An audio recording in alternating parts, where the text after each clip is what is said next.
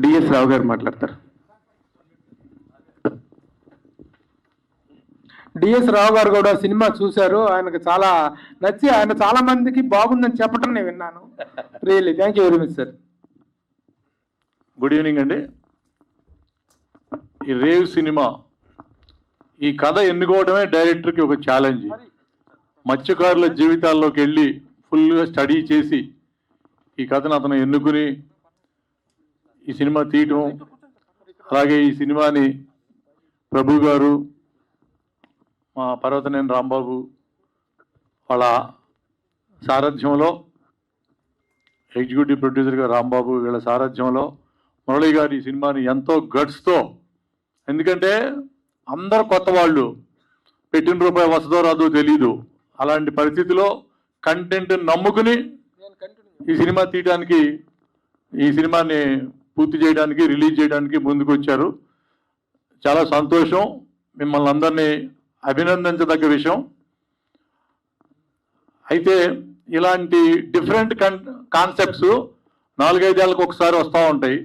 గతంలో కంటిన్యూగా కమర్షియల్ సినిమాలు వచ్చే టైంలో కేర్ ఆఫ్ కంచెలపాలెం అని ఒక సినిమా వచ్చింది.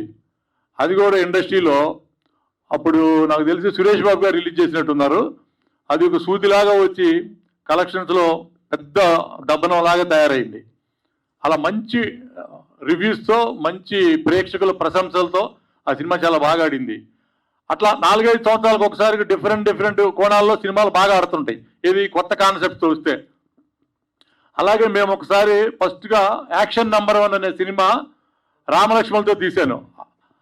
ఆ కోణంలో వచ్చిన సినిమా అప్పుడు అసలు ఎంత క్రేజ్గా రిలీజ్ అయిందంటే, మాకు టేబుల్ ప్రాఫిట్ సినిమా కోదండరామిరెడ్డి గారు, అది యాక్షన్ సినిమా కాబట్టి మీకు చెప్తున్నాను, అంత క్రేజీగా టేబుల్ ప్రాఫిట్ సినిమా, చిన్న సినిమా రామలక్ష్మణ్ నేను ఇంట్రొడ్యూస్ చేసినప్పుడు.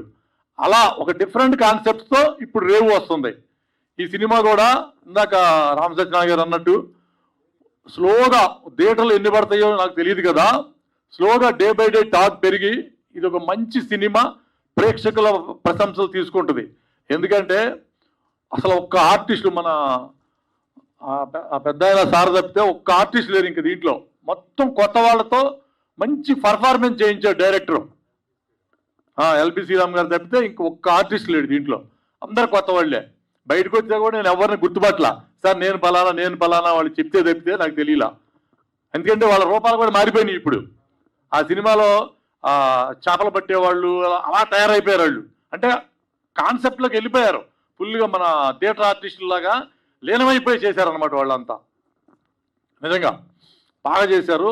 ఈ సినిమా వాళ్ళ కష్టానికి తగ్గ ప్రతిఫలం వస్తుంది.